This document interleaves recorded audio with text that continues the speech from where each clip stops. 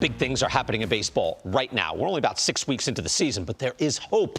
Hope that the forces that have dragged this game down for about the last 20 years are about to be reversed. Let's do a little digging in. For the full decade this show has been on the air, we have written about the three true outcomes taking over Major League Baseball. Strikeouts, home runs, walks. Those are the three true outcomes. Defense is not involved. A game designed to be an athletic battle between batter and runner versus pitcher and fielders became a one-on-one. Pitcher, batter. That's it.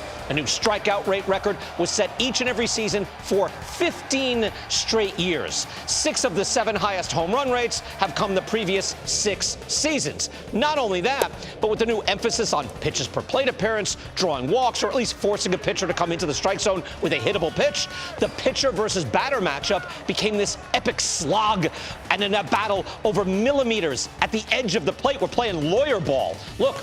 There was a guy in the 1930s, Max Bishop. His nickname was Camera Eye. Light hitter, he was there to walk.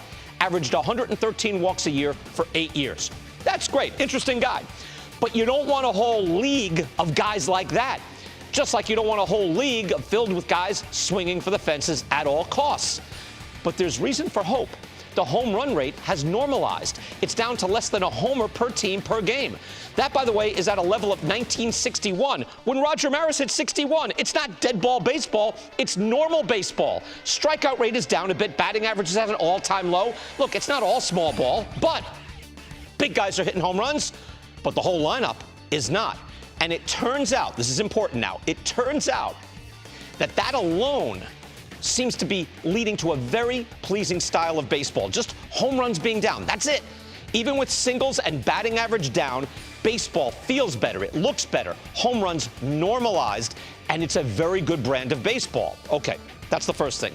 Here's the other big development. The pitch clock is a rousing success in the minor leagues. The average minor league game with a pitch clock is now averaging just around 2.5 hours.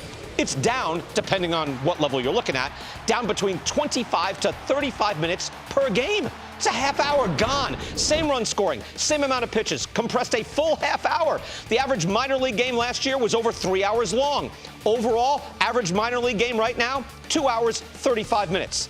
A Major League 9-inning game is now an average of 3 hours, 4 minutes. So if you put a pitch clock into the major leagues, it would bring the game down to a very digestible, 2 hours, 40 minutes. The fastest game, as reported by Baseball America, came in at an hour 42 this year. An hour and 42 minutes for a full 9-inning ball game. I need to point out 2 important things now. The point of the pitch clock isn't to shorten games. It's to quicken the pace of play. The game being shorter is just an ancillary benefit. But there is basically no change in the action of the game. You're getting the same amount of pitches, same number of pitches, same run scoring.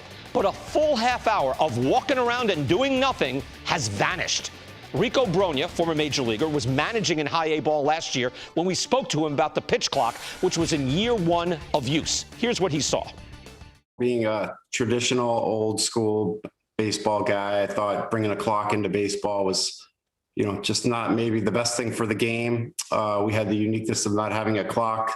That said, after a full season, experiencing the pitch clock in Low A West, I'm not only all for it, I would recommend it for every level, including the major leagues. Once it's felt, athletes like to work fast and be in rhythm. The only problem I foresee was actually starting it. If it starts, it's on, because it's just tremendous for the game. I mean, everyone likes, all players like, they hate it when pitchers work slow. So the initial hurdle, I think once that's crossed and cleared, that'll be the end of it, because it'll happen. Look at that. Rico played Major League ball through the 90s. He was there for the slowing down. And he realizes now, like in 1 year, it's much better with a clock. And for those who lament the end of the rural pastime, the one sport that has no clock, there's already a rule on the books.